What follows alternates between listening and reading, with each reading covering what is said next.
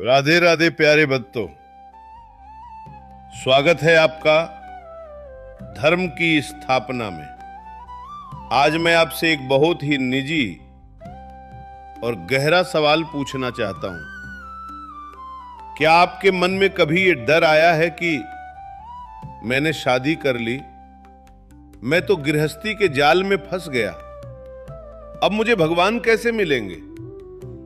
या फिर हमारे युवा साथी अक्सर सोचते हैं कि अगर मैंने ब्रह्मचर्य का पालन नहीं किया, अगर मैं साधु नहीं बना, तो क्या मेरे जीवन का कोई आध्यात्मिक अर्थ नहीं है?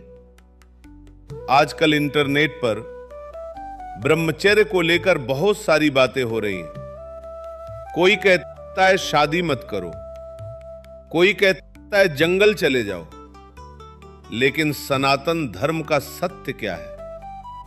क्या ईश्वर केवल उसे मिलते हैं जो शरीर से अकेला है, या उसे जो परिवार के बीच रहकर भी मन से भगवान के पास है?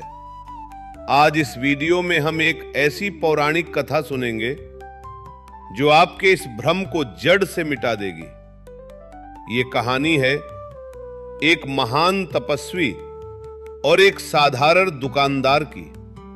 इस कहानी को अंत तक सुनिएगा, क्योंकि इसका अंत आपके जीवन को देखने का नजरिया बदल देगा। प्यारे भक्तों, सबसे पहले एक छोटी सी बात समझ लें। हम ब्रह्मचर्य शब्द का अर्थ बहुत छोटा समझते हैं। हम सोचते हैं ब्रह्मचर्य मतलब शादी न करना या शारीरिक संबंध न बनाना, लेकिन शास्त्रों में ब्रह्मचर्य का अर्थ है ब्रह्म में आचरण करना, यानी आपका मन हर पल ईश्वर में लगा रहे। अगर शरीर जंगल में है लेकिन मन में संसार चल रहा है तो वो ब्रह्मचर्य नहीं है, और अगर शरीर संसार में है लेकिन मन ईश्वर में है तो वही असली ब्रह्मचर्य है। इसे सिद्ध करने के लिए आइए सुनाता हूं महाभारत के शांति पर्व की वो अद्भुत कथा। ये कहानी है ऋषि जाजली की। जाजली एक महान तपस्वी थे। उन्होंने तय किया कि वो ईश्वर को पाने के लिए घोर तप करेंगे। वो जंगल में गए और वर्षों तक एक ही जगह पर, एक ही पैर पर खड़े रहे। उनकी तपस्या इतनी कठोर थी कि वो हिले डुले भी नहीं, यहां तक कि उनके बड़े बड़े बालों में चिड़ियों ने अपना घोंसला बना लिया। अंडे दिए और बच्चे भी निकल आए, लेकिन जाजली अपनी जगह से हिले नहीं। जब तपस्या पूरी हुई तो जाजली को अपने ऊपर बहुत घमंड हो गया। उन्होंने सोचा, मुझसे बड़ा ब्रह्मचारी, मुझसे बड़ा तपस्वी इस संसार में कोई नहीं है। मैंने अपनी इंद्रियों को पूरी तरह जीत लिया है। प्यारे भक्तों, तभी आकाशवाणी हुई, हे जाजली, तुम अपने तप पर इतना अभिमान मत करो।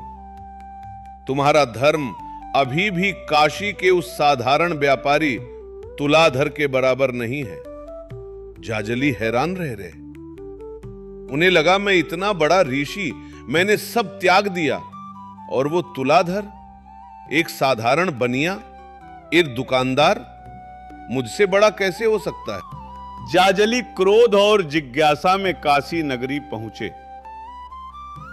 वहां उन्होंने देखा कि तुलाधर बाजार में अपनी दुकान पर बैठा है। वो तौल रहा है, ग्राहकों से बात कर रहा है, सौदे कर रहा है। जाजली ने मन में सोचा, यह व्यक्ति जो दिन रात पैसों और सामान के बीच रहता है, यह मुझसे श्रेष्ठ कैसे हो सकता है? लेकिन जैसे ही तुलाधर की नजर जाजली पर पड़ी, वो अपनी जगह से उठे और मुस्कुराते हुए बोले, पधारिए ऋषिवर, मैं जानता हूं आप क्यों आए हैं। आपको आकाशवाणी ने मेरे पास भेजा है, क्योंकि आपको लगता है कि एक गृहस्थ, एक दुकानदार धर्म को कैसे जान सकता है। जाजली स्तब्ध रह रहे। उन्होंने पूछा, तुलाधर, तुम तो सांसारिक मोह माया में लिप्त हो, तुम दिन भर व्यापार करते हो, फिर तुम्हें यह ज्ञान कैसे प्राप्त हुआ? तुम मुझसे श्रेष्ठ कैसे हो गए? तुलाधर ने बहुत विनम्रता से उत्तर दिया, हे ऋषिवर, मैं कोई कठोर तप नहीं करता, मैं बस अपना कर्म करता हूं, लेकिन आसक्ति के बिना। मैं अपनी दुकान पर जो भी तौलता हूं वो एकदम सच्चा होता है, मैं किसी को ठगता नहीं। मैं अपने ग्राहकों में ही ईश्वर को देखता हूं, मैं अपने परिवार का पालन पोषण करता हूं, इसे मैं ईश्वर की दी हुई जिम्मेदारी मानता हूं, बोझ नहीं। मेरा मन दुकान में होते हुए भी निरंतर भगवान के चरणों में रहता है।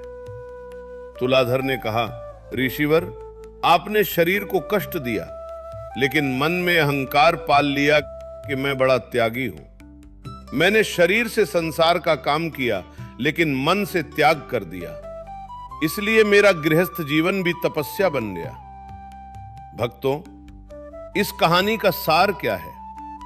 जाजली का ब्रह्मचर्य अहंकार से भरा था, जबकि तुलाधर का गृहस्थ जीवन समर्पण से भरा था।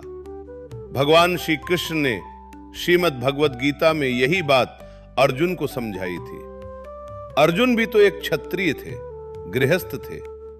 श्री कृष्ण कहते हैं कि जिसका खाना पीना, चलना फिरना, सोना और जागना सब संतुलित है, वही योगी है। भगवान ने यह नहीं कहा कि खाना छोड़ दो या घर छोड़ दो, उन्होंने कहा संतुलन रखो।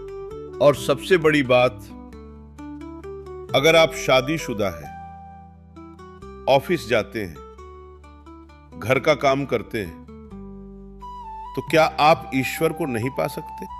तो भक्तों, श्री कृष्ण कहते हैं कि हे अर्जुन, तुम जो भी करते हो, जो भी खाते हो, जो भी काम करते हो, बस वो मुझे अर्पण कर दो। मतलब अगर आप अपने बच्चों के लिए खाना बना रही हैं, तो सोचिए आप बाल गोपाल के लिए भोग बना रही हैं। अगर आप ऑफिस में काम कर रहे हैं, तो सोचिए ये ईश्वर का दिया हुआ कार्य है। बस यही भाव आपको तुलाधर जैसा महान बना देगा। तो भक्तों, निष्कर्ष ये है, ईश्वर की प्राप्ति के लिए लंगोट पहनने की नहीं, बल्कि मन के विकारों को उतारने की जरूरत है।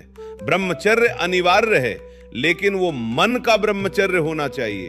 अपनी पत्नी या पति के प्रति वफादार रहना, पराई स्त्री या पुरुष को माता भाई समान समझना, ये गृहस्थ का सबसे बड़ा ब्रह्मचर्य है। तो आज से अपने मन से ये हीन भावना निकाल दीजिए कि आप गृहस्थ हैं तो आप पीछे हैं। आप तुलाधर की तरह अपने घर को ही मंदिर बना सकते हैं। प्यारे भक्तों, क्या आप भी अपने कर्म को ईश्वर की पूजा मानने के लिए तैयार हैं? अगर हां, तो कमेंट बॉक्स में लिखिए राधे राधे। अगर यह कहानी आपके दिल को छू गई है, तो इसे अपने उन दोस्तों ने साथ शेयर जरूर करें जो इस उलझन में है। धर्म की स्थापना के साथ जुड़े रहें, सत्य को जानते रहें। प्यारे भक्तों, राधे राधे।